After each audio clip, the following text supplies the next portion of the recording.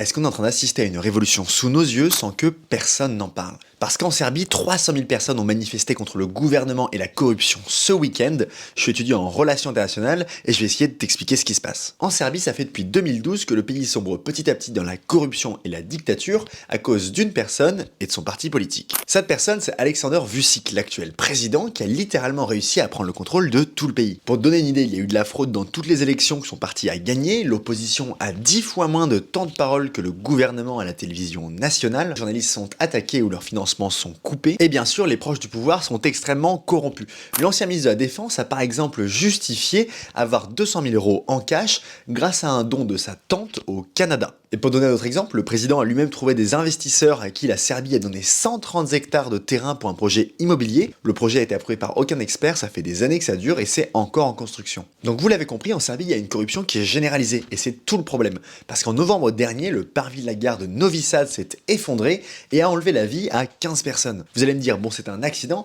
Oui c'est un accident, sauf que la gare avait été supposément rénovée 2 ans auparavant. C'était pas du tout normal, donc depuis novembre tous les jours, des milliers de personnes et surtout des étudiants manifestent pour plus de transparence face à la corruption et pour une véritable enquête sur le désastre. Alors la pression a marché parce que le Premier ministre et le maire de la ville ont démissionné et le ministre en charge de la construction pendant la rénovation a été arrêté. Mais pour le moment, les mesures s'arrêtent là. Alors certains manifestants ont appelé le président à démissionner, sauf que le président a qualifié les manifestants d'être des agents de l'étranger et qu'il fallait le tuer s'il voulait qu'il quitte son poste. Donc même si les manifestations sont énormes, j'ai du mal à voir comment elles pourraient aboutir à quelque chose de concret. Parce qu'en relation internationale, souvent ce qui permet le changement de gouvernement, ce sont des élections. Le parti au pouvoir truque les élections pour rester au pouvoir, ça se voit, donc les gens manifestent et au final le parti perd le pouvoir. Mais pour le moment, il n'y a pas d'élection de prévue, et quand bien même il y en avait, les manifestants ne sont pas organisés autour d'une structure.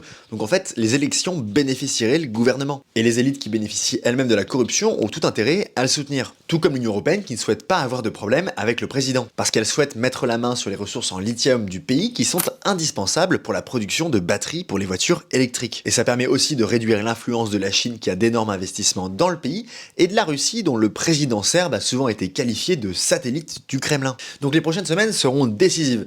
Pour le moment, je suis assez pessimiste, mais n'hésite pas à me donner ton avis dans les commentaires. En tout cas, moi je te tiens au courant s'il y a du changement.